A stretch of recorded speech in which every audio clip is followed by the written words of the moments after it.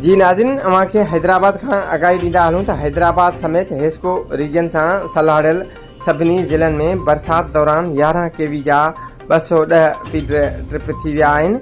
Hesco तर्जमान पारां जारी कयल पधिराई में ॼाणायो वियो आहे त बंदि थियल फीडर्स में हैदराबाद, टंडो अलायार, मटियारी, सांगड़, नंगर पारकर, उमरकोट, मिठी, थरपारकर, सामारो, डिगड़ी, नवोकोट, मीरपुर ख़ास, हाला ऐं खिपरो सब डिवीज़न जा फीडर्स शामिल आहिनि। तर्जमान मूजिबि ॼाणायल फीडर्स ते अमलो मौजूदु आहे जेको सेफ्टी क्लियरेंस ऐं पेट्रोलिंग बाद बिजली बहाल कंदो। तर्जमान इहो बि ॼाणायो आहे त हैदराबाद शहर जा 41 फीडर ट्रिप थिया, जंहिंखां पोइ लाॻापियल सब डिवीज़न जा SDOs ऐं टेक्निकल अमलो फील्ड में उमाणियो वियो आहे त जीअं क्लियरेंस मिलण बाद बिजली बहाली वारो कमु शुरू थी सघे।